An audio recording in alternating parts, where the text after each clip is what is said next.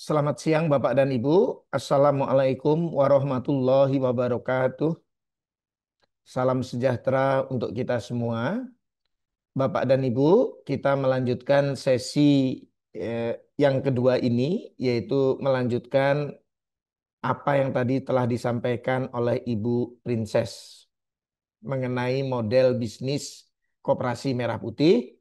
Sekarang saya akan mengulas yang berkaitan dengan modal dan model bisnis Koperasi Merah Putih. Sesi kita ini berkaitan dengan modal dan model bisnis koperasi desa Kelurahan Merah Putih. Bapak dan Ibu, kita lihat apa koperasi Merah Putih ini telah dipersepsikan oleh masyarakat sebagai koperasi yang didukung oleh pemerintah.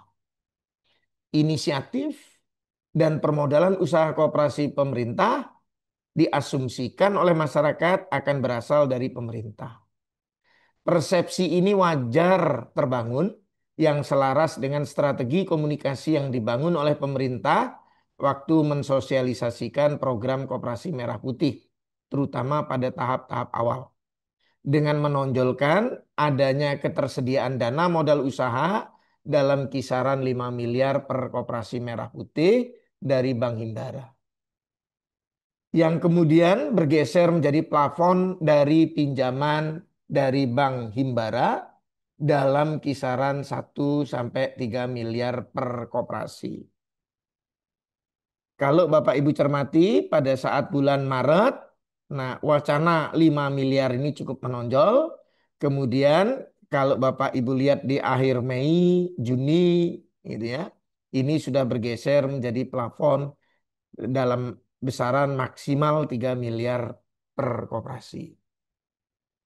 Masalahnya, bagaimanakah caranya kita mengembalikan hakikat koperasi sebagai gerakan menolong diri sendiri melalui badan usaha yang dikelola secara demokratis, otonom, dan partisipatif.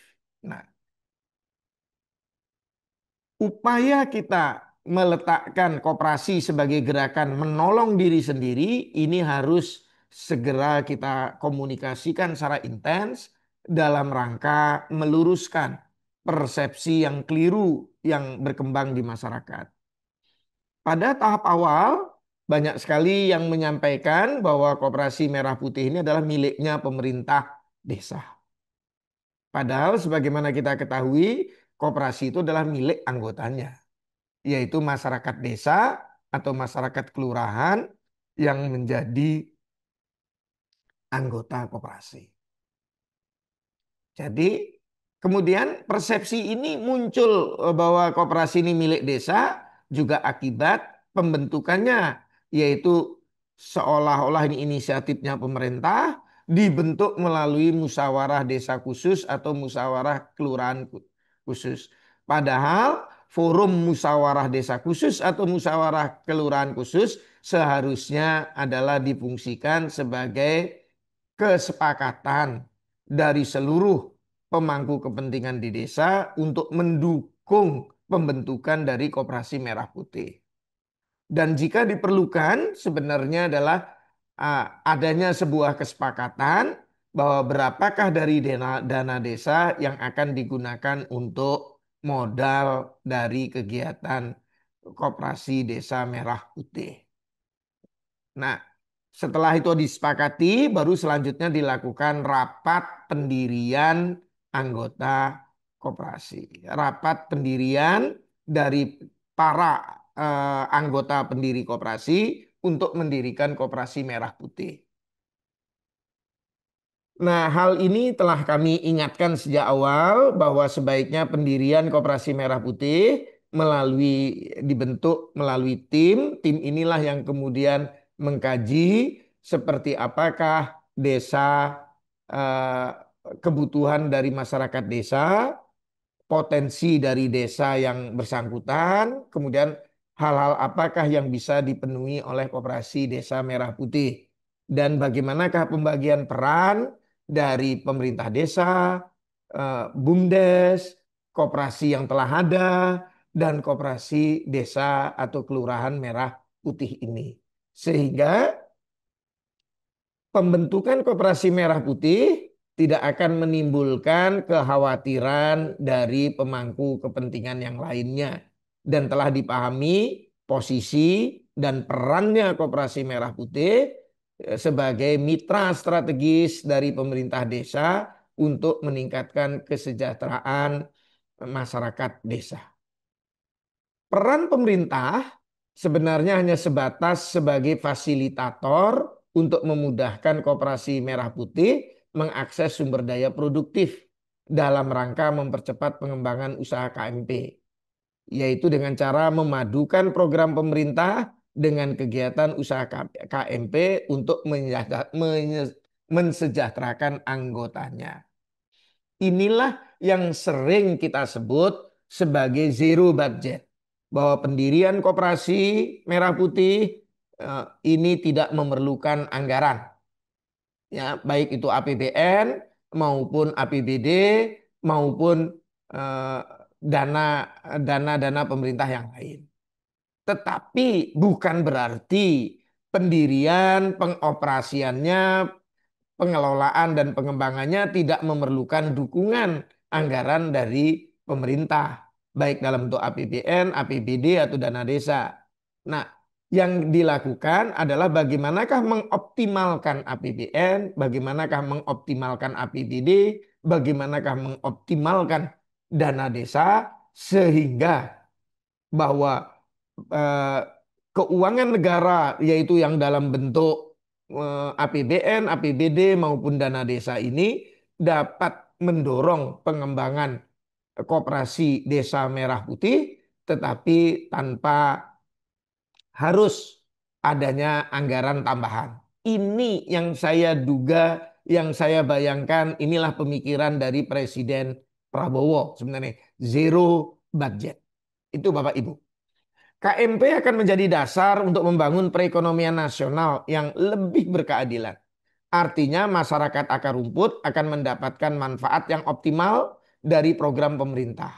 Seperti beras, pupuk, LPG, dan produk-produk lain yang dikendalikan oleh pemerintah, yaitu sebesar harga eceran tertinggi yang ditetapkan pemerintah dengan jaminan ketersediaan pasokan.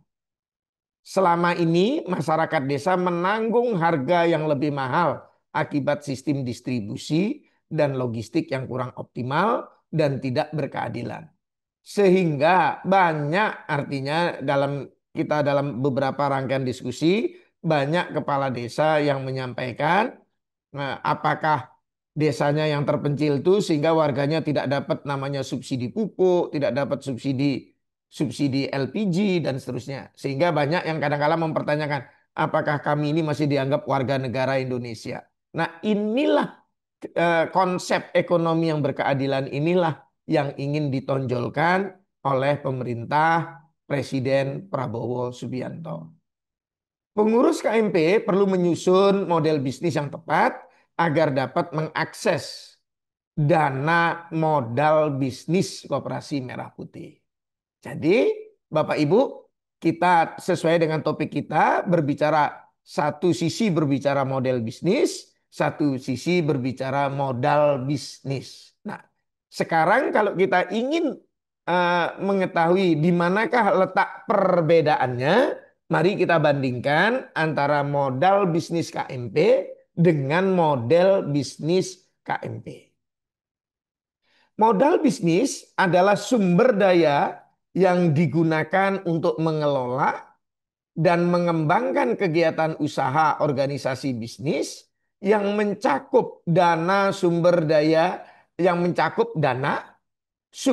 manusia, sarana usaha, teknologi dan lain-lain yang sering dulu disebut sebagai sekian M ya, man, money, mesin dan seterusnya. Nah, modal dipahami oleh masyarakat sebagai faktor masukan atau input untuk dapat menjalankan usaha secara memadai dalam artian fisik, Bapak Ibu. Dengan berkembangnya uang sebagai alat pembayaran, maka pengertian modal cenderung menyempit berupa uang atau dana yang tersedia untuk dapat mengadakan sumber daya. bagi kegiatan usaha koperasi. Nah, sehingga pengertian modal bisnis saat ini lebih banyak diartikan sebagai dana ekuitas atau dana modal sendiri dari koperasi yang bersangkutan. Kalau kita berbicara dana sendiri atau modal sendiri atau ekuitas untuk koperasi berarti komponennya sesuai dengan Undang-Undang 2592 terdiri dari 4 hal. Ya, satu adalah simpanan pokok, yang kedua simpanan wajib, yang ketiga adalah cadangan, yang keempat adalah hibah. Nah, saya yakin Bapak Ibu inilah yang sangat diharapkan oleh masyarakat. Jadi simpanan pokok, simpanan wajib itu jelas dari anggota. Jelas itu kontribusinya masyarakat yang menjadi anggota koperasi. Kalau cadangan itu adalah itu merupakan dana, modal atau ekuitas yang dihasilkan oleh koperasi itu sendiri melalui kegiatan usaha. Jadi sebagian dari keuntungan usahanya dalam bentuk SHU ini yang sebagian kemudian ditahan untuk memperkuat modal.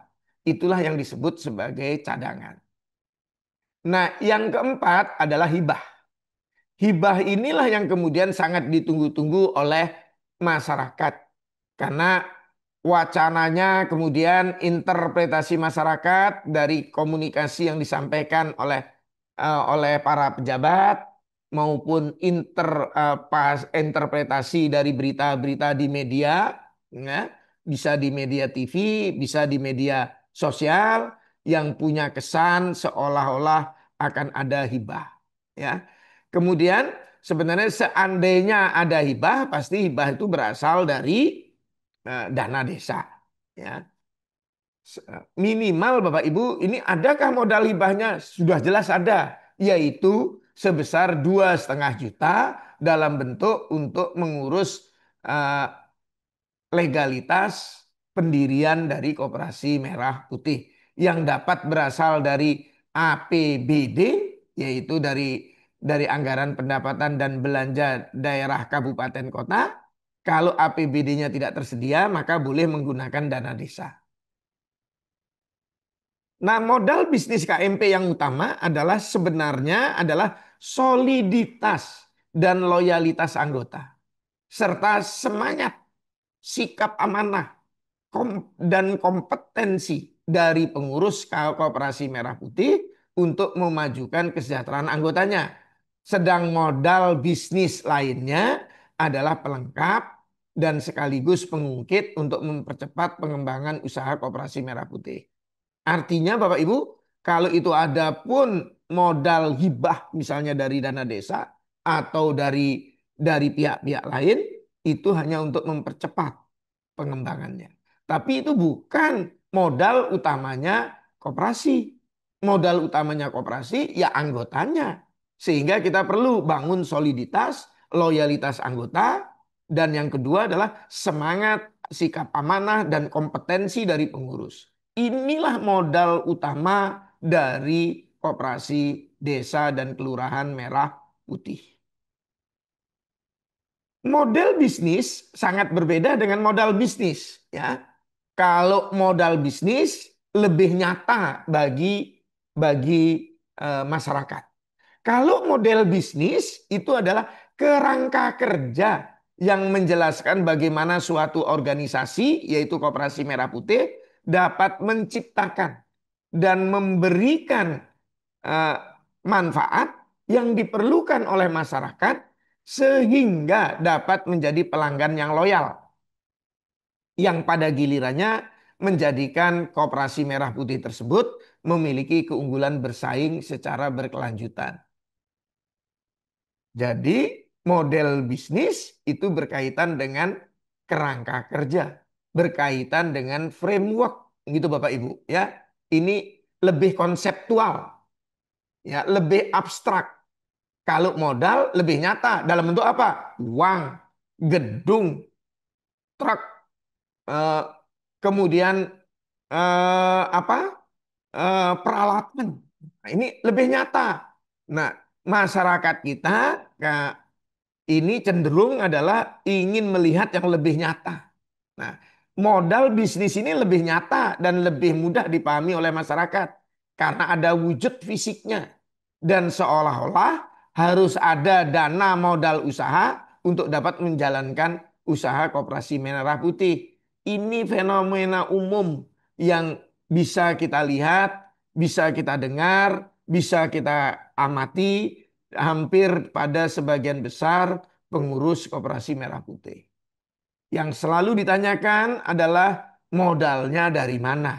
Nah, modalnya saya ingatkan lagi, kalau kita berbicara modal bisnis, ini adalah modal bisnisnya koperasi adalah anggotanya dan pengurus. Ya, anggotanya adalah anggota yang loyal dan militan serta solid.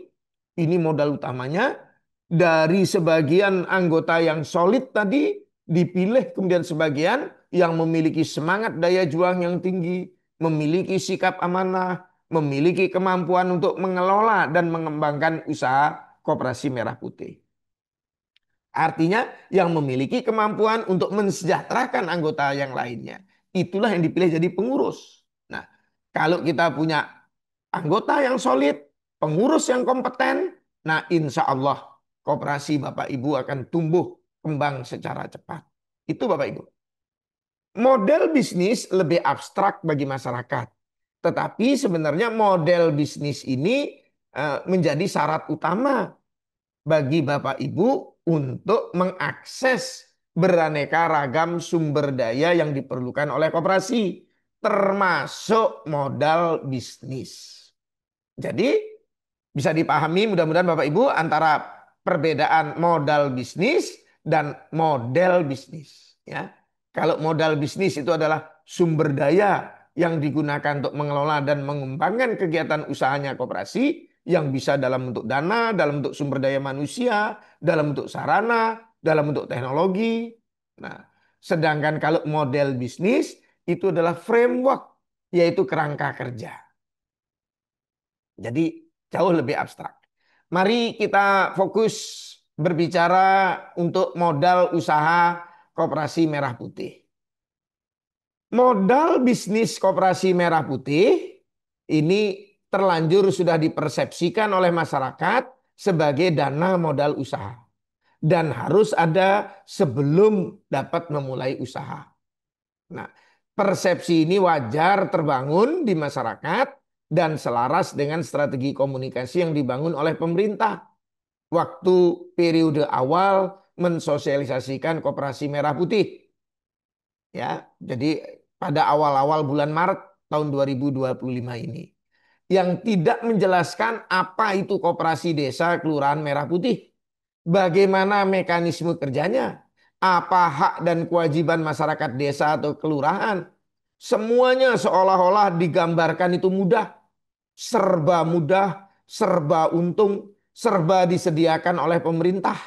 Dari modalnya, dari produknya, dari sarana prasarana, dan seolah-olah pengurus koperasi itu tinggal menjalankan, tinggal memetik keuntungan. Bahkan beberapa di antaranya punya persepsi bahwa kalau dia jadi pengurus koperasi akan dapat bayaran.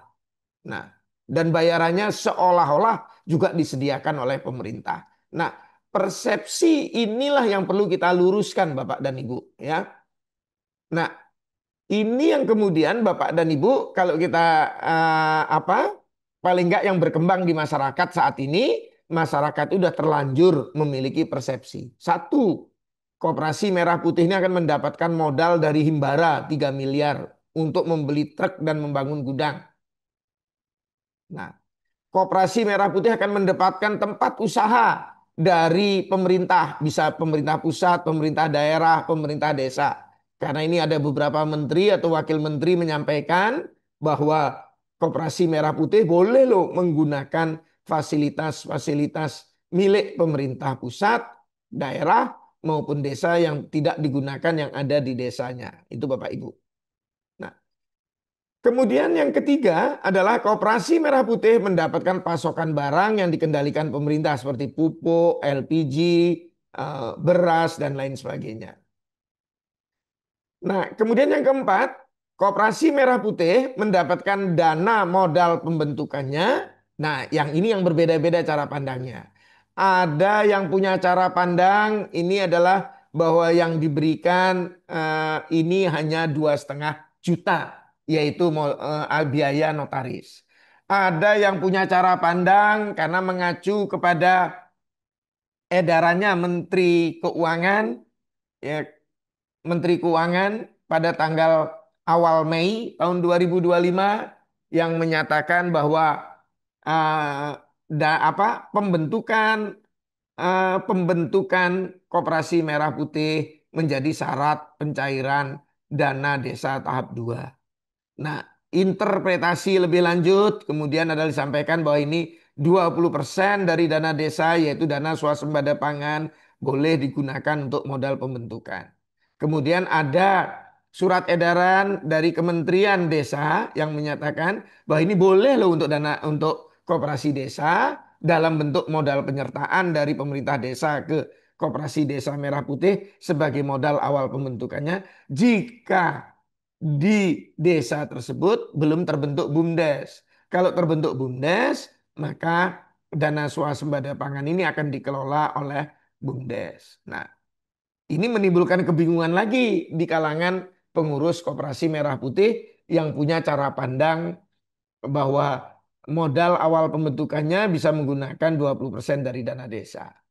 Nah, minimal Bapak Ibu sekarang yang sudah ditepati oleh pemerintah paling enggak dana 2,5 juta itu yang untuk pendiriannya bisa berasal dari APBD atau dari dana desa. Kemudian yang kelima adalah mendapatkan pelatihan, BIMTEK, pendampingan dari pemerintah dan Bank Himbara. Nah, ini beberapa kali disampaikan meskipun bergeser besarannya, bergeser konteksnya, tapi artinya ini berulang-ulang disampaikan oleh para pejabat kita bahwa nanti setiap koperasi Desa Merah Putih akan didampingi. Kadang disebut 1 orang, kadang disebut 2 orang, plus kemudian didampingi juga oleh pendamping nanti dari Bank Himbara. Nah, artinya persepsi yang berkembang di masyarakat ini akan banyak pendamping lah untuk Koperasi Merah Putih. Nah, persepsi ini sudah terlanjur berkembang di masyarakat. Nah, persepsi ini perlu kita luruskan bahwa semua hal di atas itu bukan pemberian, tapi mungkin bentuknya adalah pinjaman. Pinjaman pun juga mungkin terlalu gitu, tapi ini adalah mungkin bentuknya ini bisa dalam konteks pinjaman dengan pendekatan bisnis, artinya kalau dia pinjam ke bank ya perlu dikembalikan, perlu memberikan bagi hasil kepada banknya. Nah, dengan yang perlu adalah bahwa yang mau harus ditekankan ini bukan pada pinjamannya Bapak Ibu, tapi adalah bahwa ini ada kemudahan akses, ada keringanan persyaratan yang telah difasilitasi oleh pemerintah supaya Koperasi Merah Putih ini mampu mengakses sumber daya produktif untuk kegiatan memulai usaha maupun mengembangkan usaha Koperasi Merah Putih. Tapi kalau saya selalu punya cara pandang bahwa yang namanya ini pemerintah sudah mencoba all out.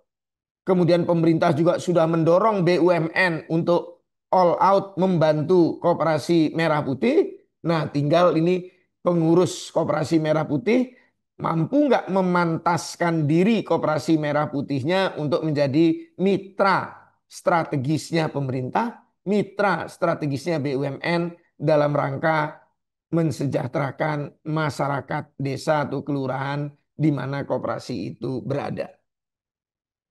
Nah, komunikasi ini yang harus disampaikan secara arif agar tidak menimbulkan rasa patah arang dari pengurus KMP terpilih. Dan harus mampu mendorong motivasi untuk semangat membangun desa dan kelurahannya tidak patah. Dan terus membara, bahkan membesar. Nah, semangat gotong royong untuk menolong diri sendiri melalui Koperasi Merah Putih inilah yang perlu digelorakan. Jadi mungkin Bapak Ibu inilah tugas kita saat ini adalah mengubah persepsi masyarakat bahwa eh, yang utama itu Bapak Ibu bukan modal yang berasal dari pemerintah, tapi modal internalnya Koperasi Merah Putih. Yaitu siapa? Anggotanya. Yang kedua siapa? pengurusnya. Yang ketiga siapa? Modal sosial atau soliditasnya masyarakat desa atau masyarakat kelurahan. Nah, inilah yang harus didorong bahwa dialah bagaimana Bapak Ibu bisa mempersuasi mereka untuk dapat menjadi anggota. Dengan menjadi anggota berarti terkumpul namanya simpanan pokok, terkumpul simpanan wajib.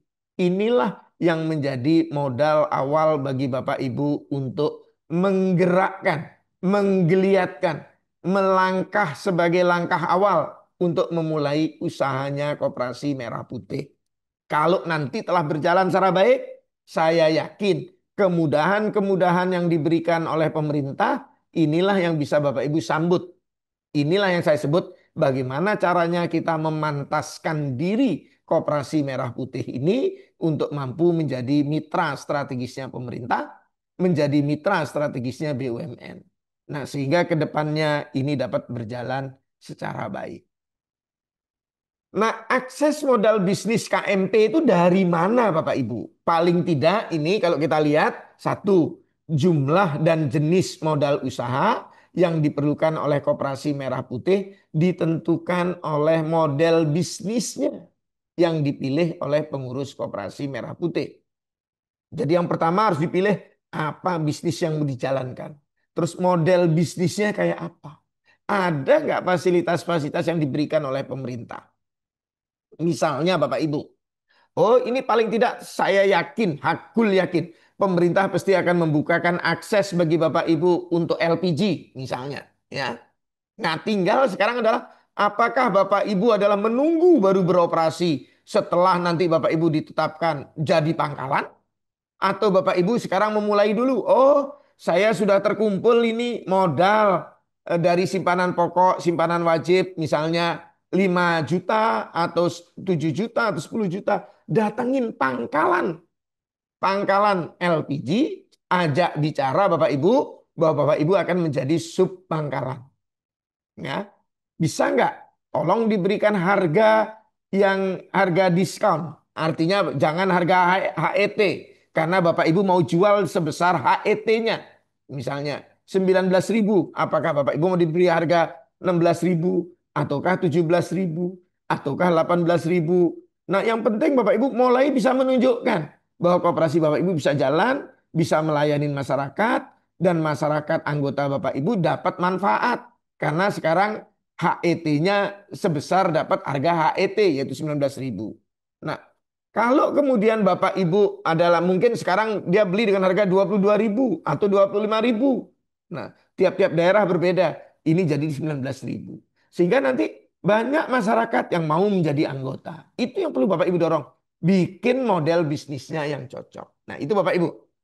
Sehingga saya selalu menunjukkan bahwa inovasi dan kemampuan membangun jejaring usaha menjadi kunci keberhasilan usaha dari Koperasi Merah Putih dalam membangun dan melaksanakan model bisnisnya serta mengakses modal usaha yang diperlukan. Nah, jadi Bapak Ibu nih jadi kreativitas dan inovasi itulah yang akan menjadi modal utamanya. Idealnya modal usaha KMP itu berasal dari anggota dalam bentuk simpanan pokok, simpanan wajib, atau mungkin nanti ada keluarga-keluarga yang kaya di desa itu, Bapak Ibu bisa dorong untuk ada modal penyertaan. Serta paling tidak kalau ini dari desanya nanti memutuskan, bisa aja ada modal penyertaan dari desa. Bisa juga mungkin ada orang pihak-pihak yang mau ngasih modal sumbangan untuk koperasi Bapak Ibu. Itulah yang disebut sebagai modal hibah.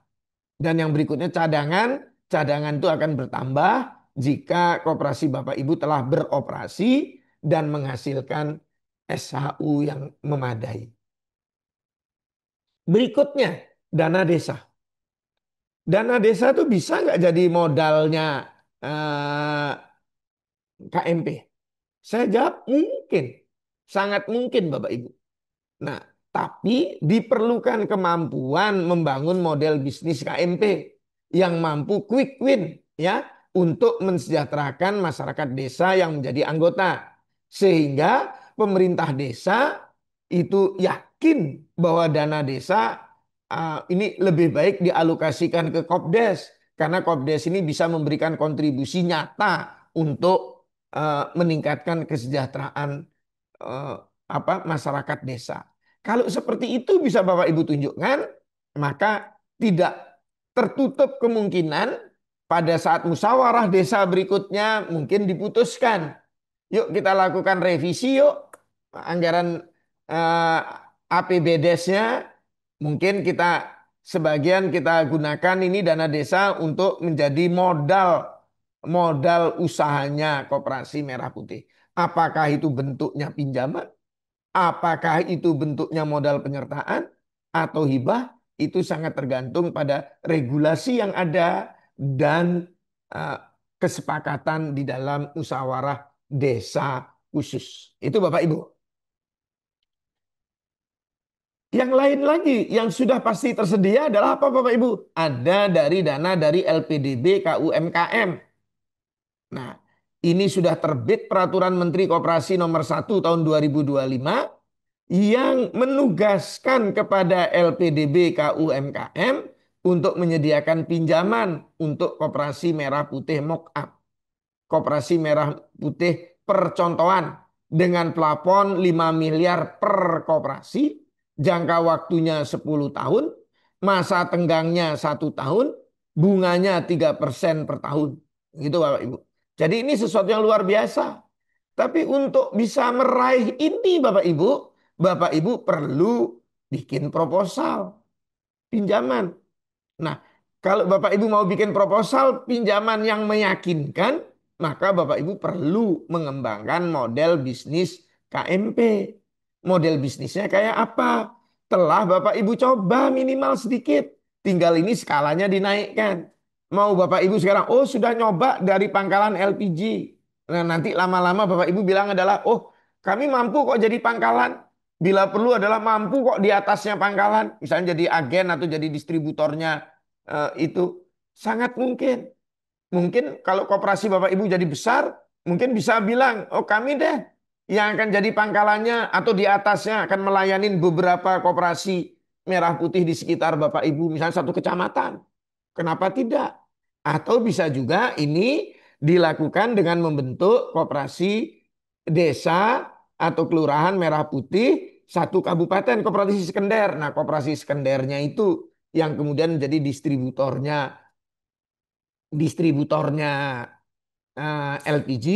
Nah, selanjutnya koperasi sekunder ini akan bisa memberikan kepada koperasi-koperasi desa dan kelurahan merah putih sebagai pangkalan-pangkalan. Tapi kan kita juga nggak boleh mematikan bisnisnya pangkalan, nggak boleh mematikan bisnis-bisnis eceran yang lain yang notabene kemungkinan menjadi anggota dari koperasi merah putih Bapak dan Ibu. Nah itu ya. Nah LPDB ini problem besarnya adalah apa? Harus pakai agunan. Nah agunannya siapa yang harus dipakai? Kalau agunannya pengurus, pengurusnya nanti dapat bagian apa? Kalau nggak dapat bagian apa-apa, apa yang mau? Dia nanggung resiko, dia nggak dapat apa-apa. Nah, disitulah Bapak Ibu, hal ini perlu dibicarakan dulu. Waktu itu musbesus atau waktu rapat pendirian. Kalau ini kemarin belum dibicarakan, ya paling nggak lakukanlah rapat anggota untuk mendiskusikan hal-hal itu. Pilihan yang lain lagi Bapak Ibu, ada dari Bank Himbara. Nah, Bank Himbara ini menyediakan plafon pinjaman untuk setiap koperasi merah putih maksimalnya 3 miliar. Jangka waktunya 6 tahun, bunganya 6% per tahun. Dengan jaminan yang sudah disampaikan, yang ini di apa? Diwacanakan, yang diwacanakan oleh Kementerian Keuangan, kemungkinan besar jaminannya adalah menggunakan dana desa. Nah, tapi kalau ini menggunakan jaminan dana desa, ini kan juga perlu didiskusikan di dalam musyawarah desa khusus. Ya, apakah berkenan ini pemerintah desanya? Nah, apakah ini ada dasar regulasinya untuk itu? Nah, ini perlu Bapak Ibu set lebih lanjut. Kemudian inilah saya bilang ini untuk mengajukan ini Bapak Ibu juga perlu proposal pinjaman. Bapak Ibu kalau mau mengajukan proposal pinjaman, mungkin Bapak Ibu perlu juga mengembangkan model bisnis yang inovatif sesuai dengan kebutuhan eh, masyarakat desa Bapak Ibu yang akan menjadi anggota koperasi Bapak Ibu. Nah, tanpa itu tampaknya agak sulit. Jadi kalau saya lihat bolak-balik, tetap aja yang dibutuhkan apa? Model bisnis. Nah itu. Bagaimana kalau dengan pemasok? Nah itu Bapak Ibu, pemasok atau mitra bisnis. Contohnya kalau LPG misalnya dengan Pertamina Patraniaga. Kalau Bapak Ibu baru nyoba-nyoba, mungkin dengan pangkalannya, pangkalan di wilayah Bapak Ibu. Tapi kalau Bapak Ibu nanti sudah meyakinkan, bisa berkembang, sekarang mungkin jadi sub pangkalan terlebih dahulu. Tapi ke depannya, kalau Bapak Ibu sudah meyakinkan, bisa mengajukan, bagaimana kalau kami jadi pangkalan? Bagaimana kalau kami jadi agen atau distributor untuk di wilayah Bapak Ibu? Nah ini kan lebih keren. Tapi harus Bapak Ibu mulai, Bapak Ibu harus yakinkan terlebih dahulu. Dan Bapak Ibu buktikan bahwa Bapak Ibu sudah menjalankan bisnis itu dan bisa dilakukan. Nah, sehingga ini yang paling ideal sebenarnya kalau Bapak Ibu adalah apa? Kalau modalnya itu berasal dari pemasok atau mitra bisnis. Artinya apa Bapak Ibu? Bapak Ibu akan diberi barang. Mungkin bentuknya konsinyasi, mungkin bentuknya tunda bayar. Nah, sehingga Bapak Ibu nggak perlu modal dari perbankan. Dan ini adalah yang pembiayaan yang paling baik karena ini dalam rangkaian rantai nilainya, rantai pasokannya itu. Nah, ini yang paling bagus. Tapi kan baik itu Pertamina, baik itu pupuk, baik itu Bulog, baik itu usaha-usaha yang lain, misalnya usaha-usaha swasta, hanya mau memberikan bentuknya konsinyasi atau bentuknya itu adalah tunda bayar. Kalau koperasi Bapak Ibu telah jalan, menunjukkan, membuktikan bahwa Bapak Ibu amanah, Bapak Ibu memang bisa jadi mitra yang layak, itu Bapak Ibu. Nah, sehingga apa? Berarti Bapak Ibu perlu menunjukkan punya model bisnis yang jalan, punya model bisnis yang meyakinkan. Nah, kalau dilihat dari gambaran ini Bapak Ibu, bahwa semua untuk mengakses modal ternyata diperlukan model bisnis, termasuk pada anggota. Anggota juga baru mau dia nanti bayar simpanan pokok, simpanan wajib, dan lain mungkin modal penyertaan. Kalau pengurus koperasinya bisa menyampaikan, oh ini loh model bisnisnya, ini pasti aman ya. Kalau ada risiko, risikonya udah kita pikirkan dan sudah bisa ada mitigasinya sehingga ini aman kok kalau Anda Bapak Ibu mau menempatkan penyertaan modal. Nah, kalau seperti itu maka bisa jalan Bapak Ibu bisnis Bapak Ibu. Ini yang saya jadi antara modal bisnis dengan model bisnis berarti apa? Yang lebih utama di Bapak Ibu kembangkan saat ini adalah model bisnis. Dan model bisnis telah dijelaskan tadi panjang lebar oleh Bu Princess. Ya, baik Bapak Ibu. Nah, bagaimana cara mengakses modal bisnis Koperasi Merah Putih? Kalau Bapak Ibu mau mengakses modal dari anggota, maka Bapak Ibu perlu menyusun model bisnis yang dapat menyelesaikan permasalahan masyarakat desa atau masyarakat kelurahan sebagai dasar mengkonsolidasi masyarakat untuk menjadi anggota yang loyal dan militan. Modal dari anggota dapat dalam bentuk simpanan pokok, simpanan wajib, atau modal penyertaan. Nah, modal penyertaan anggota ini dapat ditimbang menjadi sumber permodalan yang baik dan lunak bagi Koperasi Merah Putih. Dan ini tidak banyak beraneka ragam sanksi-sanksi aneka ragam. Kalau Bapak Ibu di LPDB punya potensi Bapak Ibu sebagaimana pernah kami sampaikan itu juga ada potensi-potensi eh, aturan-aturan yang apa? Aturan-aturan yang membatasi dan punya konsekuensi hukum juga Bapak Ibu. Ingat ya bahwa yang namanya dana LPDB itu bagian dari dana eh, keuangan negara. Sehingga kalau nggak balik berarti muncul kerugian keuangan negara. Kalau muncul kerugian keuangan negara berarti nah itu urusannya jadi panjang. Itu Bapak Ibu. Nah, tapi kalau ini modalnya adalah modal penyertaan dari anggota, anggotanya ikut mengelola kan aman Bapak Ibu. Seandainya rugi pun anggotanya paham. Itu Bapak Ibu. Nah, syaratnya kalau Bapak Ibu ingin mengakses modal anggota ini banyak, anggotanya percaya, maka Koperasi Merah Putih Bapak Ibu harus telah memiliki unit usaha yang dapat dikerjasamakan dengan anggota yang tadi punya duit melalui skema modal penyertaan. Sehingga Bapak Ibu memang harus mulai dulu. mulai punya jadi LPG, mulai dulu dari bisnis dari ngambil dari pangkalan, untung 1.000 2.000 nggak apa-apa. Tapi masyarakat mendapat manfaat dulu sehingga masyarakat berduyun-duyun mau jadi anggota. Kalau sudah menjadi anggota mungkin ada dari masyarakat, kita mau jadi pangkalan, kita mau jadi agen, mau kita distribusikan kemana-mana dan seterusnya. Bisa nggak modalin? Kerjasamanya begini loh. Nah itulah jadi dasar lahirnya modal penyertaan dari anggota. Itu yang paling bagus. Yang kedua dari LPDB. Dari LPDB ini yang paling mungkin adalah untuk yang KMP mock-up. KMP mock-up memerlukan persetujuan atau rekomendasi dari bupati dan wali kota. Dan saat ini tengah dievaluasi, Bapak Ibu. Tengah dievaluasi. Supaya nanti pada saat pertengahan bulan Juli ke depan, ini sudah dapat ditetapkan dan diresmikan oleh Presiden. Gitu ya. Nah, ini paling tidak nanti pada hari koperasi itulah diresmikan. Kemudian apakah dimungkinkan bagi KMP lain? Nah, saya jawab, nah jadi kalau yang di luar KMP Mokap mungkin nggak mengakses LPDB? Saya jawab sangat mungkin mengakses dana pinjaman LPDB. Tapi mungkin untuk skema pinjaman yang ada pada LPDB. Dan syaratnya pasti Bapak Ibu sudah punya model bisnis yang telah berjalan. Dan ada dukungan jaminan untuk pinjaman yang diajukan. Bisa saja jaminan itu tidak harus jaminan dari Bapak, jaminan dalam bentuk sertifikat dan seterusnya. Bisa saja jaminan itu juga dari lembaga penjamin pinjaman. Ya, misalnya dari Askrindo, dari Jamkrindo, itu dimungkinkan. Tapi kalau Bapak Ibu mau minta jaminan dari pihak lain, misalnya dari Jamkrindo, Jamkrindonya kan akan menilai Bapak Ibu. Bapak Ibu ini sudah menjalankan bisnisnya enggak?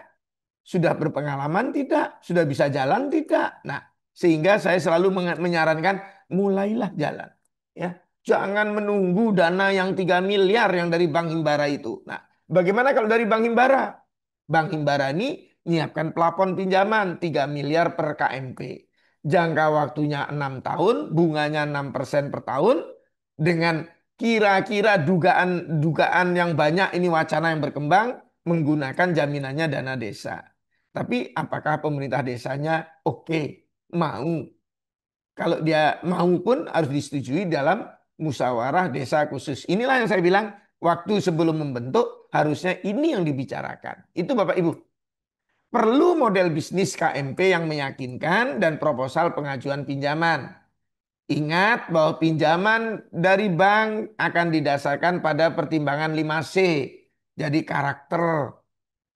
Nah, karakter itu akan dilihat apakah pengurus dan pengawas ini memang orang baik. Nah, orang baik di dunia keuangan dia tidak pernah ngemplang, tidak punya kredit macet, itu Bapak Ibu. Jadi nanti akan dicek sliknya. Kalau ada yang punya sliknya, ada yang macet, nah koperasinya nggak dapat pinjaman. Kalau supaya koperasi dapat pinjaman bagaimana? Mungkin diperlukan pergantian pengurus supaya jadi apa koperasinya itu menjadi layak untuk diberikan pinjaman. Karena C yang pertama itu baru karakter. Itu Bapak Ibu ya.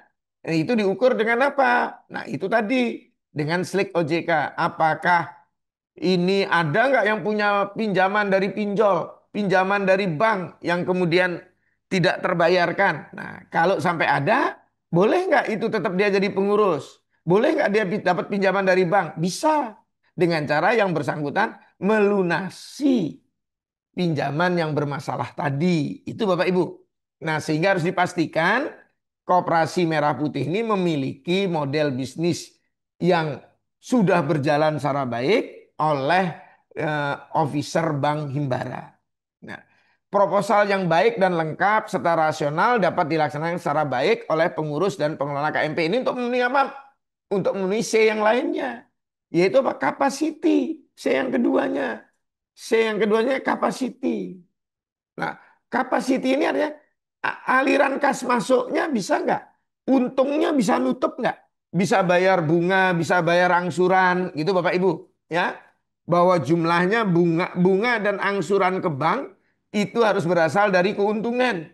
Kalau koperasinya bisa meraih keuntungan lebih besar daripada jumlah angsurannya dalam tiap bulannya, maka koperasi Bapak Ibu layak diberi pinjaman dari unsur C yang kedua, yaitu tadi capacity, ya, kemampuan untuk membayar.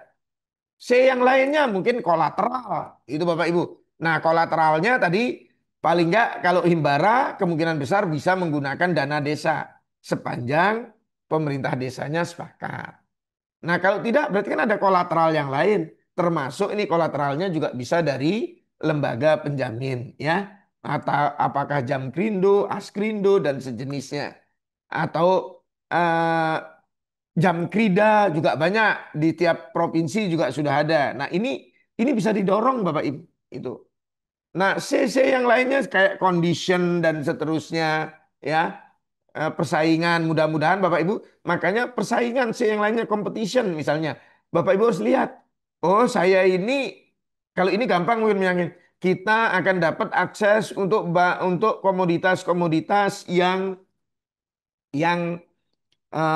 diatur oleh pemerintah, misalnya LPG, pupuk, beras, minyak goreng. Nah, tinggal bagaimanakah caranya bahwa ini skalanya memenuhi. Kalau skalanya memenuhi, bank pasti akan ngasih. Kalau tidak, ya banknya akan harus berhitung kembali. Nah, kira-kira seperti itu Bapak Ibu. Kalau Bapak Ibu mau mengakses modal dari pemasok atau dari mitra bisnis, ini juga perlu Bapak Ibu adalah menunjukkan bahwa bisnis Bapak Ibu udah jalan, ya. Kalau belum jalan ya Bapak Ibu, makanya saya yakin nantinya Bapak Ibu, saya kok sangat ragu kalau pemerintah langsung menunjuk Bapak Ibu jadi pangkalan. Kemungkinan besar Koperasi Merah Putih nanti ditunjuk awalnya adalah sebagai sub pangkalan. Bagian dari proses belajar. Karena pemerintah tidak mau membuat kalau ini diserahkan kepada Koperasi Merah Putih tiba-tiba kemudian terjadi kegaduan seperti awal tahun 2025 untuk LPG, kemudian orang jadi antre jadi apa karena Koperasi Merah Putihnya belum siap misalnya. Nah, ini kan menimbulkan backfire kepada pemerintah. Sehingga kemungkinan saya menduga arah kebijakannya pasti awalnya adalah akan menempatkan Koperasi Merah Putih sebagai sub pangkalan. Dan nanti kalau ini sudah berjalan secara baik, baru Bapak Ibu akan bisa menjadi pangkalan. Bahkan mungkin menjadi agen atau distributornya pada satu wilayah. Ya, tapi dugaan saya itu mungkin Koperasi Merah Putih sekendernya. Nah, untuk mengakses dari pemasok dan mitra bisnis ini dapat barang yang modelnya konsinyasi atau tunda bayar, maka ini pemerintah kita perlu menunggu pemerintah menerbitkan kebijakan. Sehingga diketahui arah pengembangan usaha KMP ini ke depannya seperti apa. Jadi misalnya apakah nanti LPG modelnya model tebus atau pupuk ini modelnya tebus. Kalau model tebus artinya Bapak Ibu harus punya modal. Nah, modalnya bisa dari anggota, Bapak Ibu cari anggota yang punya uang. Kita bagi hasil ya, kooperasi dengan Anda dulu misalnya. Yang penting kita bisa nebus dulu ya. Nah, nebus. Kita jadi kayak pengecer gitu untuk pupuk, untuk LPG gitu Bapak Ibu. Tapi dengan berlalunya waktu kalau ini meyakinkan, Bapak Ibu bisa menjadi yang lain lagi, mungkin bisa menjadi distributornya. Itu Bapak Ibu, ya.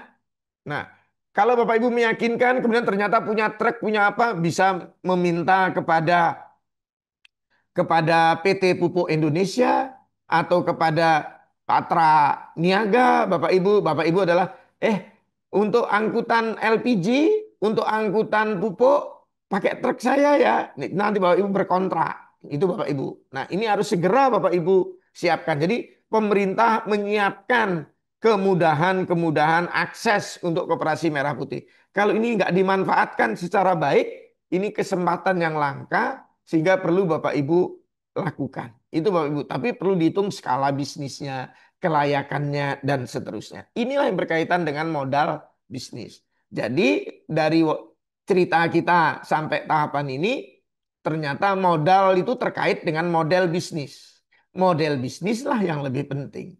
Nah, Kalau gitu, saya akan melangkah ke model bisnis koperasi merah putih, Bapak Ibu.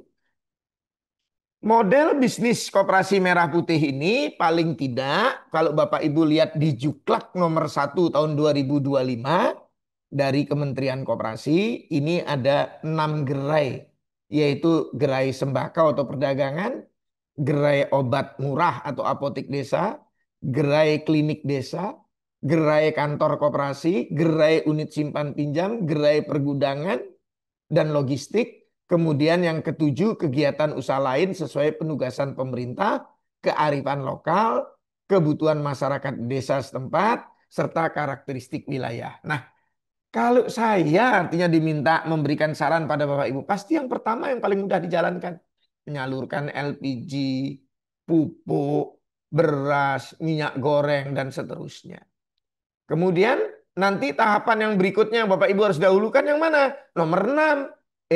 Mana sih produk-produknya desa? Saya mau pasarkan. Saya mau salurkan ini, ya. Mau saya carikan pasar, entah dilempar ke pasar induk, entah dicarikan BUMN untuk bisa nampung, entah dicarikan perusahaan-perusahaan pabrikan untuk nampung hasil produksi Bapak dan Ibu. Nah, itu Bapak Ibu. Misalnya Bapak Ibu kalau oh, penghasil cabai mungkin dicarikan dengan produsen-produsen sambal gitu ya. Atau ini dicarikan pada produsen mie instan karena dia butuh cabai misalnya gitu Bapak Ibu. Nah, ini yang bisa dikembangkan atau pada produsen-produsen yang mengemas bumbu misalnya. Nah, atau yang buat pasta cabai gitu. Nah, ini bisa atau bisa juga ke pedagang-pedagang besar yang ada di pasar induk. Nah, itu. Nah, ini koperasinya harus kreatif. Itu Bapak Ibu.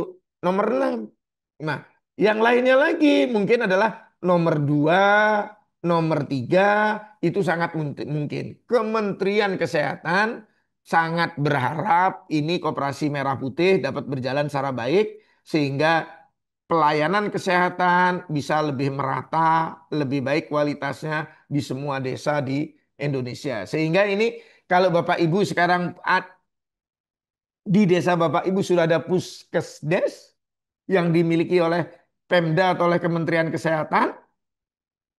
Nah, ini Bapak Ibu sudah mulai lirik-lirik itu bisa dijadikan klinik desa Bapak Ibu, klinik koperasi Bapak Ibu. Nah, sebelahnya berarti ada satu ruangan, jadikan itu apotek. Itu Bapak Ibu. Nah, kemudian kalau unit simpan pinjam, saran saya adalah dilakukan di kemudian agak belakangan.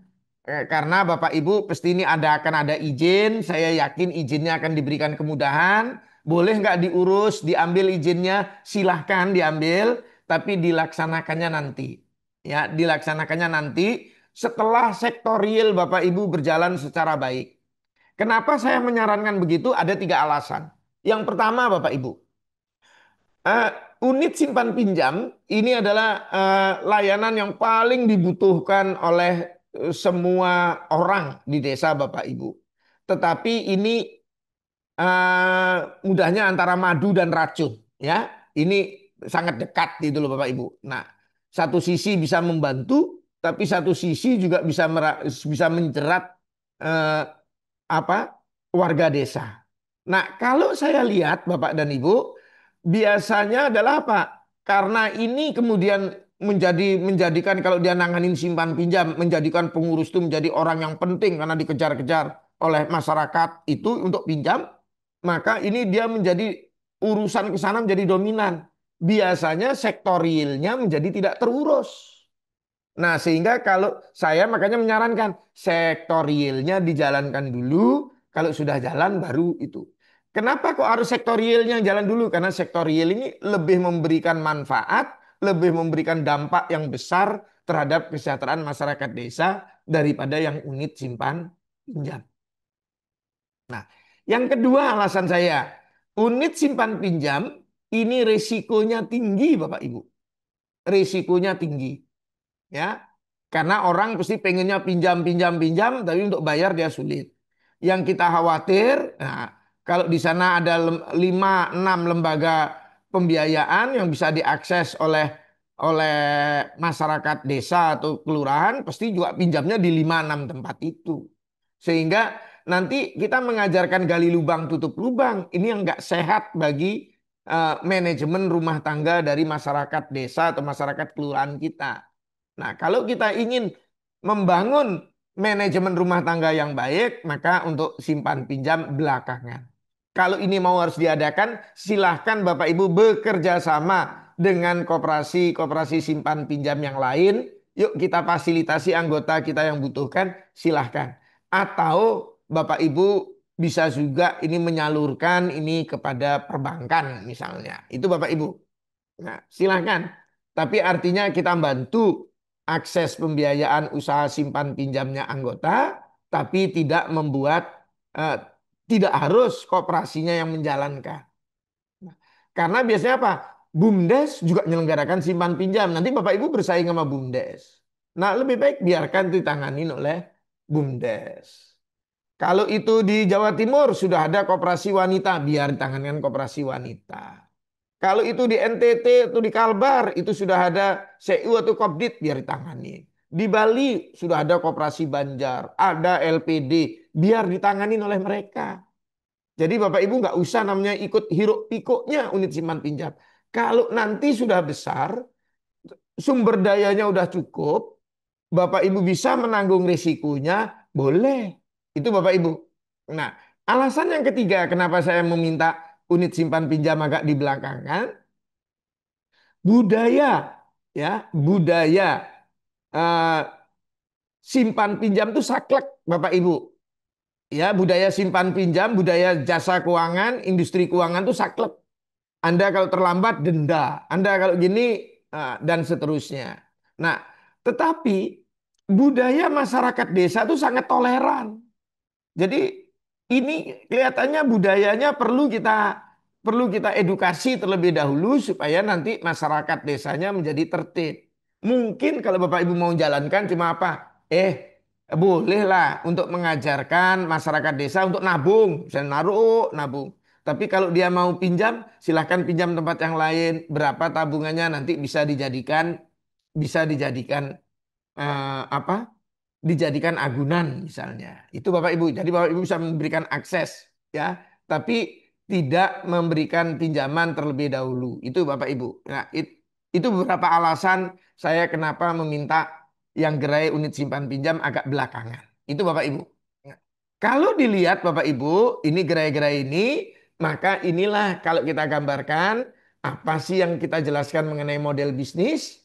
Nah, model bisnis itu kan bukan gerai-gerai itu, tapi kerangka kerjanya yang menjelaskan bagaimana sumber daya dan fungsi di dalam koperasi ini dikelola dan dikembangkan untuk menciptakan manfaat bagi pelanggan, bagi anggota Bapak Ibu, ya, untuk memenuhi kebutuhannya. Itu Bapak Ibu. Model bisnis koperasi merah putih dimulai dari visi untuk menyelesaikan permasalahan masyarakat desa atau kelurahan secara permanen atau berkelanjutan dengan menciptakan kemanfaatan bagi anggota dan masyarakat desa kelurahan melalui kegiatan usaha koperasi merah putih. Gerai usaha KMP ini terdiri dari gerai perdagangan, gerai klinik, gerai apotek, gerai kantor koperasi, gerai unit simpan pinjam, gerai pergudangan dan logistik, dan kegiatan lain Bapak Ibu sesuai dengan penugasan pemerintah atau potensi desa. Gerai usaha KMP ini dapat dianggap sebagai kegiatan utama dari KMP. Sedang fungsi pelayanan keanggotaan, fungsi kesekretariatan, fungsi keuangan, fungsi pelaporan, fungsi kerumah tanggaan, fungsi umum dapat dianggap sebagai fungsi penunjang. Nah, fungsi utama umumnya berfokus pada upaya mencapai efisiensi dan efektivitas kegiatan usaha koperasi merah putih. Sedang fungsi penunjang berorientasi untuk meningkatkan produktivitas dari koperasi merah putih. Nah, gambaran model bisnis koperasi merah putih ini dapat digambarkan dengan model rantai nilai KDMP yang Bapak Ibu bisa lihat di gambar 1. Itu Bapak Ibu ya. Jadi kalau Bapak Ibu bisa lihat, ini mari kita lihat Bapak Ibu. Nah, gambar satu. Ya. Gerai-gerainya kan ada gerai perdagangan, ada gerai agribisnis, ada gerai klinik dan apotek, ada gerai layanan kantor koperasi, ada gerai usaha simpan pinjam. Nah, jadi kalau gerai perdagangan misalnya apa? Mengadakan barang, mengelola sediaan barang, menjual barang, memasarkan produknya anggota, memfasilitasi sarana usaha bagi anggota dan seterusnya. Ini adalah gerai perdagangan. Kalau gerai usaha agribisnisnya Bapak Ibu, nah ini dalam bentuk Bapak Ibu perlu koperasi yang melakukan survei pasar dan potensi desa, menetapkan komoditas apa yang mau diupayakan, ya. Setelah itu pergudangan, cold chain-nya kayak apa Bapak Ibu. Nah, ini pergudangan. Nah, sehingga kalau Bapak Ibu misalnya, oh yang kita hasilkan adalah perikanan, Bapak Ibu perlu punya gudang pendingin. Itu Bapak Ibu. Kemudian transportasinya. Ini yang tadi disebut apa? Pergudangan, cold chain dan distribusi, tadi transportasi.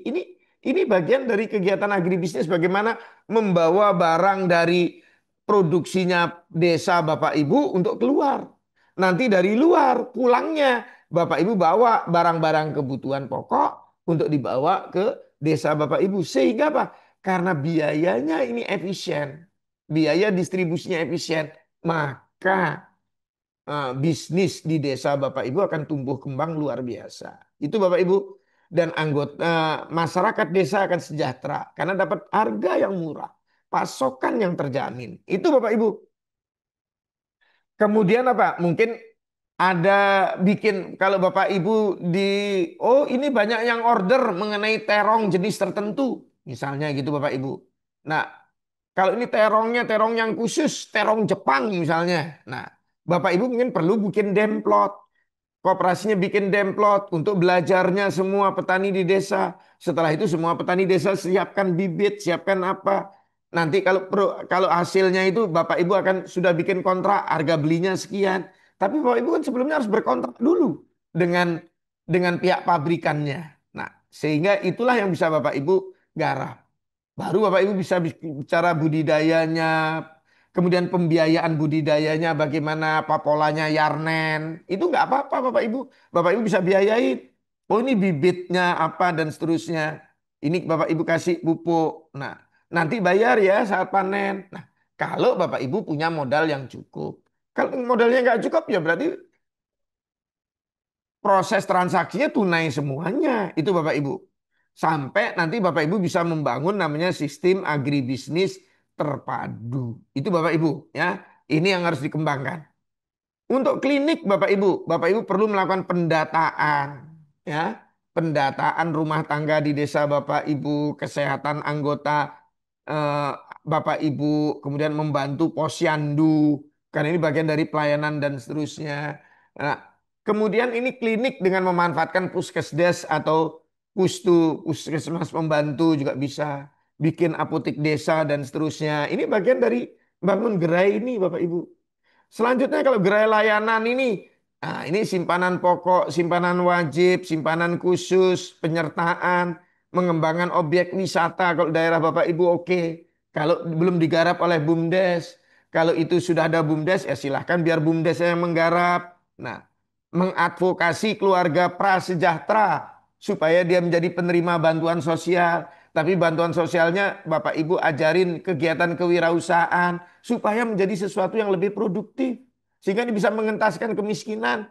Presiden kita udah merasa lelah, dana desa meluncur, bansos meluncur, semua hal meluncur ke desa. Tapi kok kemiskinan kok nggak berkurang? Nah, problemnya dengan adanya Koperasi Merah Putih, karena ini mungkin sekali kooperasinya dalam melakukan pelatihan kewirausahaan, nanti produknya ditampung di gerai perdagangan.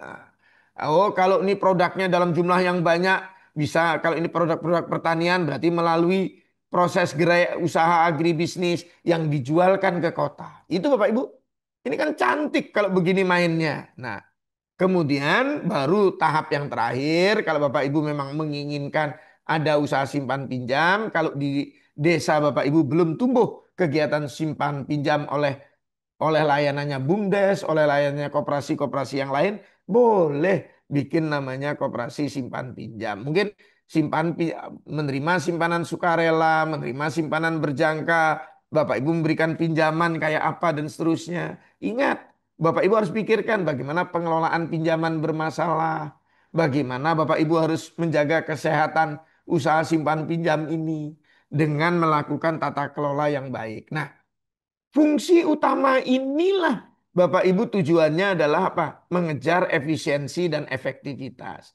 Sebaliknya kalau yang di atasnya Bapak Ibu, ini supaya koperasi merah putih ini, kegiatan yang ini bisa berjalan secara efisien, perlu fungsi-fungsi pendukung. Fungsi pendukungnya pelayanan keanggotaan supaya anggotanya loyal, pelayanan kesekretariatan dan umum supaya tata kelolanya bagus, bagian keuangan dan pelaporan supaya ini pertanggungjawabannya akuntabel dan transparansi, integritas laporan keuangannya terjaga. Inilah produktivitas. Tapi kan Bapak Ibu tahu mana fungsi utama, mana fungsi pendukung, tahu visi, misi, dan tata nilainya koperasi Bapak Ibu. Selanjutnya apa yang mau kita tuju? Ini kan peningkatan kesejahteraan masyarakat desa. Pendapat kalau bisa apa? Sejahtera itu apa? Silahkan Bapak Ibu definisikan. Kalau dulu saya mendefinisikannya adalah masyarakat desa dianggap sejahtera kalau setiap keluarga itu punya pendapatan minimal 1,5 kali dari upah minimum kabupaten kota. Dan terjaminnya peningkatan pertumbuhan usaha koperasi secara berkelanjutan. Jadi masyarakatnya sejahtera, usaha koperasinya tumbuh. Itulah yang menjadi tujuan utama dari kita bikin analisis rantai nilai ini.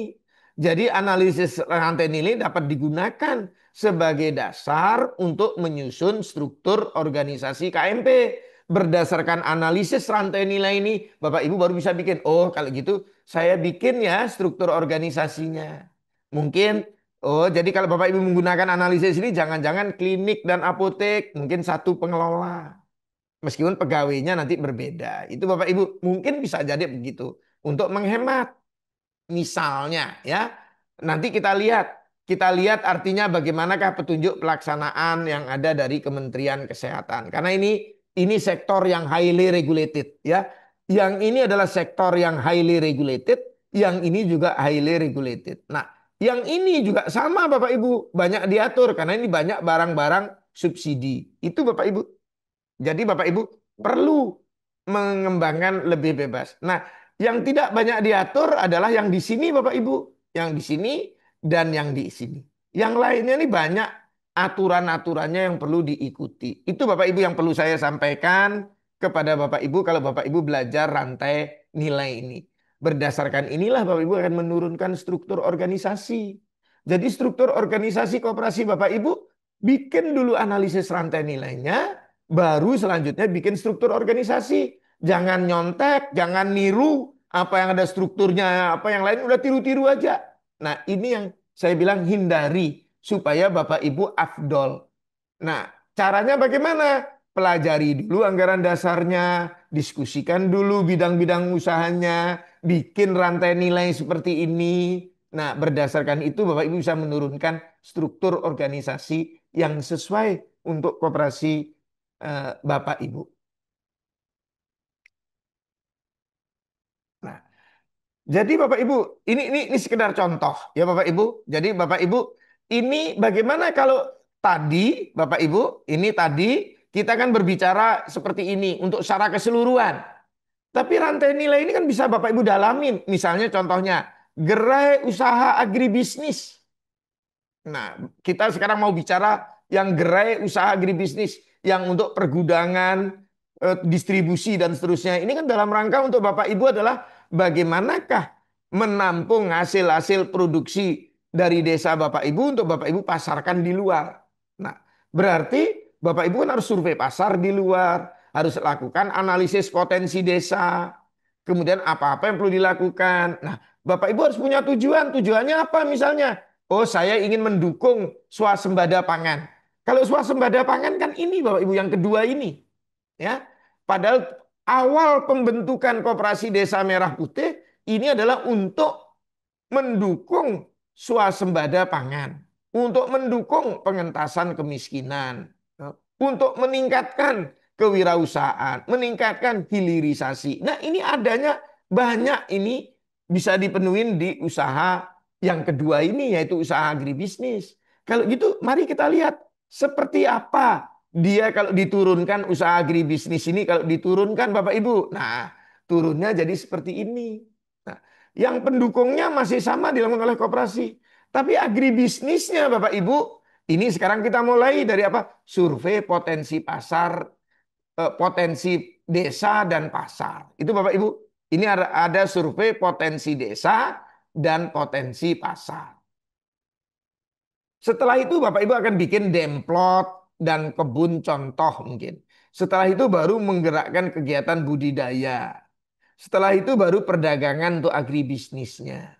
Baru kemudian sistem ekonomi berbagi. Itu Bapak Ibu. Nah, mari kita lihat yang potensi desa dan pasar. Bapak Ibu harus lihat ini, Bapak Ibu harus survei dulu potensi desa Bapak Ibu. Komoditasnya apa, lahannya seberapa luas, jenisnya kayak apa, lahan tada hujan ataukah lahan irigasi teknis, airnya bagaimana, curah hujannya bagaimana, produktivitasnya berapakah hasilnya per hektar, berapa pendapatannya, berapa dan seterusnya. Sehingga Bapak Ibu akan mengubah ini semuanya untuk menjadikan sesuatu yang lebih baik. Karena tujuan kita adalah salah satu tujuan Koperasi Merah Putih adalah untuk mendukung swasembada pangan, berarti saya boleh dong punya tujuannya adalah untuk meningkatkan kemandirian pangan misalnya. Bagaimana saya mau membangun kemandirian pangan di desa? Itu misalnya. Boleh nggak? Boleh. Dengan kita bangun kemandirian pangan dengan ukurannya adalah apa? Pendapatan petani 1,5 kali dari UMK. Ya, kalau UMK di tempat Bapak Ibu 3 juta, berarti pendapatan petani per bulan harus 4,5 juta. Kalau 4,5 juta, berarti 1 tahun harus minimum 54 juta. Kalau itu bisa kita wujudkan semuanya, nah disitulah Bapak Ibu akan sukses namanya. Itu Bapak Ibu mulai dari sana. Terus survei pasar. Barang-barang apa sih yang laku di luaran sana? Yang diminta, yang dicari oleh pabrikan, oleh pasar Indo, oleh apa dan seterusnya. Lihat komoditasnya apa, kualitasnya kayak apa, bisa kita penuhin tidak, harganya berapa, pola fluktuasinya, berapa harga terendah, berapa harga tertinggi. Kalau Bapak Ibu, oh harga terendahnya aja petani-petani kita untung kok. Wah kalau gitu yuk kita go. Gitu Bapak Ibu. Tapi kalau harga terendah nanti jatuh, nggak nutup, ya ini kan berarti agak berbahaya. Cari yang lebih stabil komoditasnya. Misalnya begitu Bapak Ibu. Ini silakan Bapak Ibu cari ya. Pola kebutuhannya, potensi pasarnya, siapa yang akan menjadi off takernya. Loh ini perlu Bapak Ibu analisis itu Bapak Ibu. Nah itu setelah itu setelah Bapak Ibu tahu, lakukan gitu, kemudian lakukan penetapan komoditas. Oh ini komoditas ini yang bagus. Terong atau cabai atau bawang atau apa terserah Bapak Ibu sepakati. Kemudian berdasarkan potensi desa, berdasarkan survei pasar, kemudian lakukanlah musyawarah desa khusus untuk ini loh yang mau disepakati untuk mencapai ketahanan pangan, kemandirian pangan, yang mau nanganin untuk budidayanya BUMDes boleh nggak, pembiayanya BUMDes boleh nggak? Boleh. Jadi nggak harus semuanya harus ditanganin oleh koperasi Bapak Ibu. Koperasi Bapak Ibu nanti nanganin pemasarannya. Sekarang apa yang ada di desa Bapak Ibu mau ditanganin oleh BUMDes. Karena BUMDes yang dapat dana desanya nggak apa-apa. Gitu Bapak Ibu. Nah inilah yang disepakati di dalam musyawarah desa. Ini yang saya harapkan dulu kemarin dalam pembentukannya. Kalau mengikuti cara saya nggak gerubiak-gerubiuk, kita sekarang sudah tahu benar apa yang mau kita kerjakan. Hmm. Kemudian tahap keduanya kalau sudah jelas, kemudian bisa bangun demplot dan kebun contoh. Ini petani unggulannya yang dapat dijadikan contoh kayak apa? Pengembangan demplotnya kayak apa Bapak Ibu gitu ya? Isinya apa saja gitu ya. Nah, terutama kita bangun demplot atau kebun contoh, kalau di desa itu petaninya belum familiar dengan komoditas yang mau kita budidayakan. Tapi kalau sudah familiar, nggak perlu Bapak Ibu. Nah, tapi kalau belum, kita bisa bikin kebun contoh, kita desiminasikan kepada anggota. Nah, selanjutnya bisa masuk ke tahap budidaya. Jadi kita bikin kontrak dengan petani. Anda nanam padi, nanti saya beli loh gabahnya dengan harga 6.500. Perjanjian. Itu Bapak Ibu. Supaya orang merasa aman. Oh, cabai nanti saya beli ya dengan harga 7.500 atau 10.000 atau berapa. Sepakati. Itu Bapak Ibu. Kalau nanti harganya 30 ya Bapak Ibu untung. Kalau harganya jadi 5.000 ya Bapak Ibu harus eh, melindungi kepentingannya anggota, petani itu. Petaninya udah pasti udah untung. Koperasinya bisa babak belur. Nah, disinilah koperasinya supaya pinter-pinternya. Itu Bapak Ibu. Nah, kemudian Bapak Ibu bisa dilihat. Nah, jadi bagaimana Bapak Ibu bikin perencanaan yang baik supaya Bapak Ibu koperasi Bapak Ibu tidak rugi. Itu yang penting. Bikin kontrak. Kemudian sediakan bibit, sediakan sarana produksinya, kemudian budidayanya kerjasama dengan penyuluh-penyuluh pertanian untuk dia memberikan penyuluhan, dukungan bimbingan teknis dan seterusnya. Hubungin penyuluh pertanian. Tugas Bapak Ibu cuma ngubungin penyuluh pertanian, itu tugasnya penyuluh pertanian. Tidak harus pengurus koperasinya ngasih penyuluhan. Belum tentu kita tahu ilmunya. Itu Bapak Ibu. Nah, penyuluh pertanian itu ada penyuluh pertanian, ada juga penyuluh dari perusahaan-perusahaan yang gitu bibit Bapak Ibu. Nah, kemudian kalau sudah itu panennya bagaimana? Gimana nanganin panennya? Gimana nanganin pasca panennya? Supaya ini produknya masuk di dalam kualitas yang diinginkan oleh perusahaannya jadi off taker. Itu Bapak Ibu. Selanjutnya Bapak Ibu bisa barangnya Bapak Ibu bisa jual ke kota atau ke pasar induk atau ke pabrikan. Berarti Bapak Ibu sebagian harus disimpan, sebagian harus diantarkan, diangkut, sebagian harus dipasarkan. Nah, ini Bapak Ibu harus pikirkan ini. Pengolahannya, pengemasannya, mengembangkan off takernya. Nah, disinilah Bapak Ibu mulai namanya berkembang, ada proses hilirisasi. Jadi apa yang dibayangkan presiden ini bisa diterjemahkan oleh gerai ini, Bapak Ibu. Itu. Selanjutnya kita bisa bikin namanya sistem agribisnis terpadu atau sistem agribisnis eh, berbagi basisnya kontrak berbasis kelompok atau bentuknya adalah ini pakai pola-pola digitalisasi dan seterusnya. Ini luar biasa Bapak Ibu. Inilah analisis rantai nilai dapat menjadi dasar bagi Bapak Ibu tadi. Satu yang waktu kita bikin yang gelondongan besar bisa bikin untuk struktur organisasi. Kalau sudah lebih rinci kayak begini bisa jadi dasar untuk menyusun SOP gerai usaha koperasi merah putih. Jadi SOP jangan nyontek. Persus, peraturan khusus, SOP jangan nyontek dari koperasi lain. Bapak Ibu harus mampu membuatnya. Harus mampu membikinnya. Sesuai dengan kebutuhan Bapak Ibu. Nah, inilah dasarnya untuk bikin. Itu Bapak Ibu. Berikutnya Bapak Ibu, mari kita lihat. Ini sebagai contoh. Tadi kalau saya lihat ini kan untuk potensi desa kayak apa. Ini saya berikan sebuah contoh.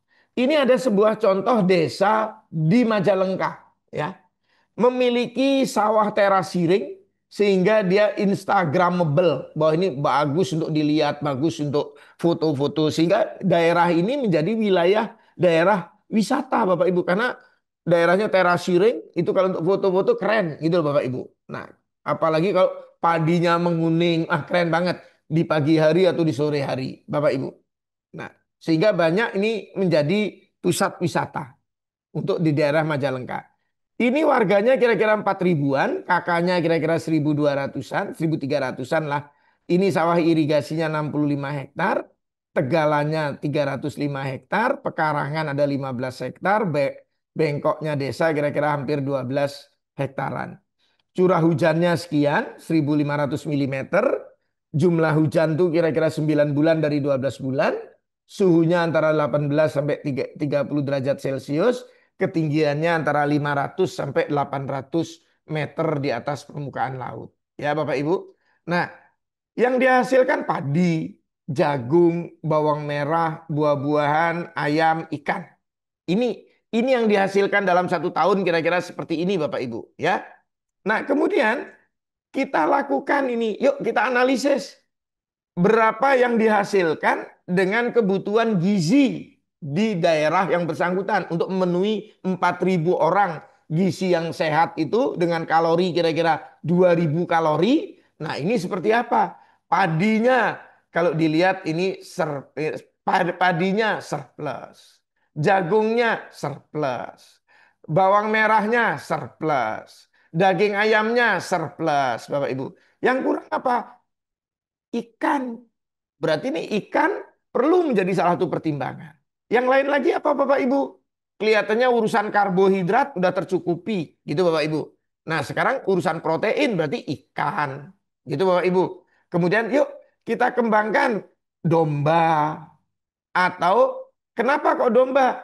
Karena di sana Bapak Ibu banyak hijauan. Daripada hijauan terbuang dan seterusnya, jadi ngambil hijauannya gampang. Jadi domba ini gampang. Rumput banyak. Kemudian kambing sanen. Kambing sanen ini kambingnya putih, bertanduk panjang, ini sambing perah. Sehingga ini bagus untuk mendukung sebagai desa wisata. Gitu Bapak Ibu. Jadi ini bagus untuk foto-foto dan seterusnya. Dan hitungannya kambingnya juga cenderung jinak ya Bapak Ibu. Nah itu. Nah, kalau Bapak Ibu lihat sekarang berdasarkan ini, nah, tahapan dulu yang saya lakukan, Bapak Ibu, saya lakukan persiapan dulu tadi sampai ketemu komoditasnya apa. Oh, saya perlu ini kambing sanen, domba, apa, ikan dan seterusnya. Kemudian apalagi yang mau dikembangkan? Nah, disepakati dalam musyawarah desa. Kemudian ini disepakati dalam musyawarah desa misalnya apa? Oh, padi apa dan lain sebagainya, sayur-sayuran. Saya nanti masuk ya ke SPP MBG untuk masuk bahan pangan. Harus ini disepakati. Kemudian ini tahap musyawarah, ini waktu musyawarah pertama. Setelah itu bikin rencana kerja, bentuk tim, bentuk kemudian rencana kerjanya disepakati di musyawarah desa yang kedua. Kalau yang kemarin itu kita anggap musyawarah desa pertama, nah ini musyawarah desa berikutnya bisa musyawarah kedua. Kalau kemarin kita lakukan tahapan ini, kalau tidak ya berarti Bapak Ibu harus rencanakan lagi. Kemudian tahapan pelaksanaannya ini mulailah, kemudian siapkan pasarnya, siapkan bibitnya, siapkan pembiayaannya, dan seterusnya Bapak Ibu. Dan kita harus bekerja sama dengan Bulog untuk nanti nampung beras, nampung yang lain.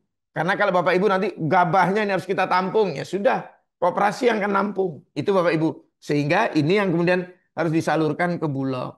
Kalau bisa disalurkan ke pasar yang lain harganya lebih bagus, ya salurkan ke yang lain. Tapi kalau enggak, paling enggak apa?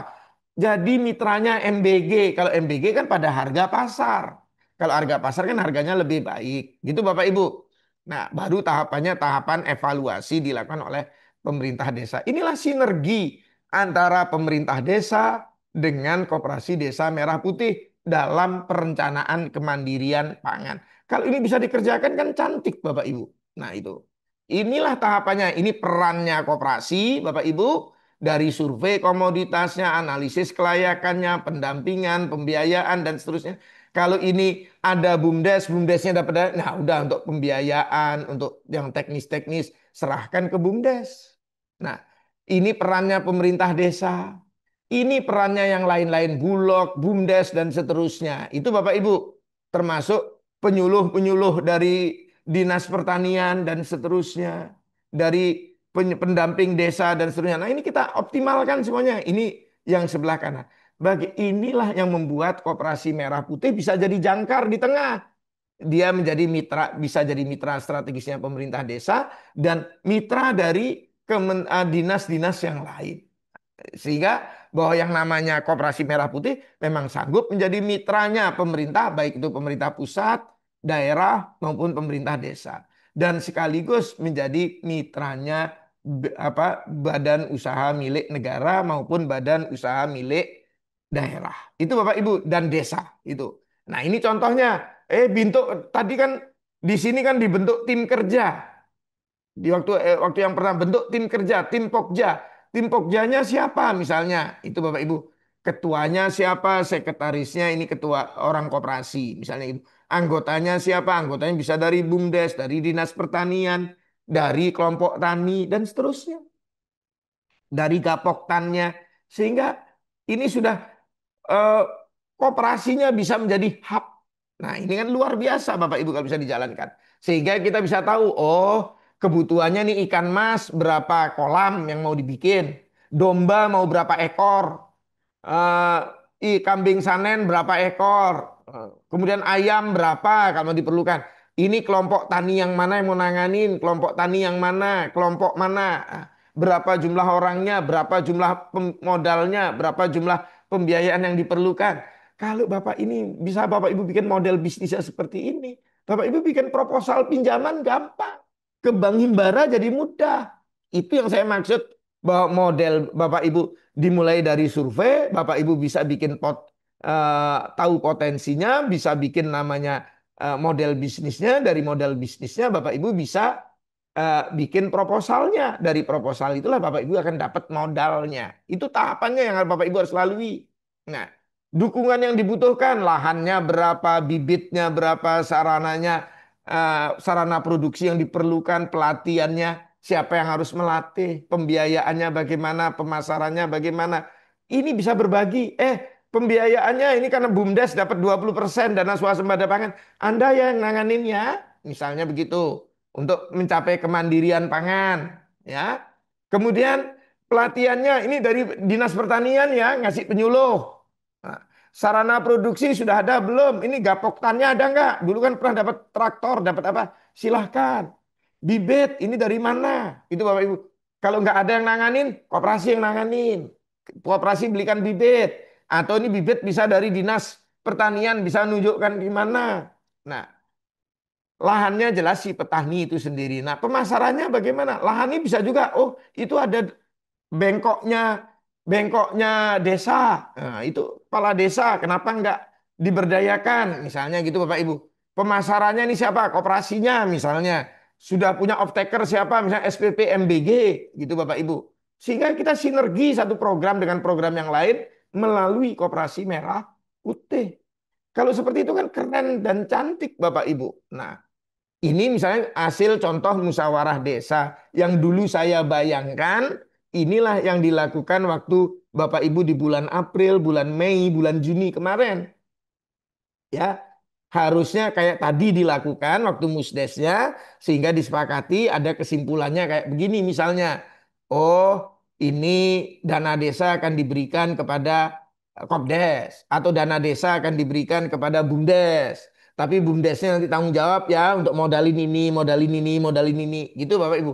Koperasinya nanganin apa? Koperasinya nyari ya relasi dengan MBG, SPP MBG, dengan dapur-dapurnya MBG atau dengan Bulog atau dengan apa gitu Bapak Ibu. Kalau Bulog divisi regional yang mana? Nah, ini untuk beli gabah dan seterusnya. Nah, ini yang dilakukan Bapak Ibu. Kalau ini dilakukan keren banget menurut saya, ya. Jadi, Bapak Ibu, inilah tadi analisis rantai nilai yang saya harapkan dilakukan oleh Bapak Ibu. Nah, kalau ini dilakukan secara baik, keren. Itu Bapak Ibu. Tapi apa yang sekarang apakah ini dilakukan? Saya jawab tidak. Kalau saya membayangkan, kira-kira kalau saya gambarkan maunya para pengurus KMP saat ini adalah apa? Saya pengen yang pertama bukan gerai perdagangan, saya pengen unit simpan pinjam jalan duluan, pasti itu. Karena apa? Saya mau ngasih pinjaman kepada anggota. Ini yang saya bawa. Nah, gerai perdagangannya Bapak Ibu mungkin nggak membayangkan untuk pupuk, untuk minyak gitu dan seterusnya. Saya mau bikin swalayan. Wah, nah ini kan jadi tidak pas Bapak Ibu. Ya.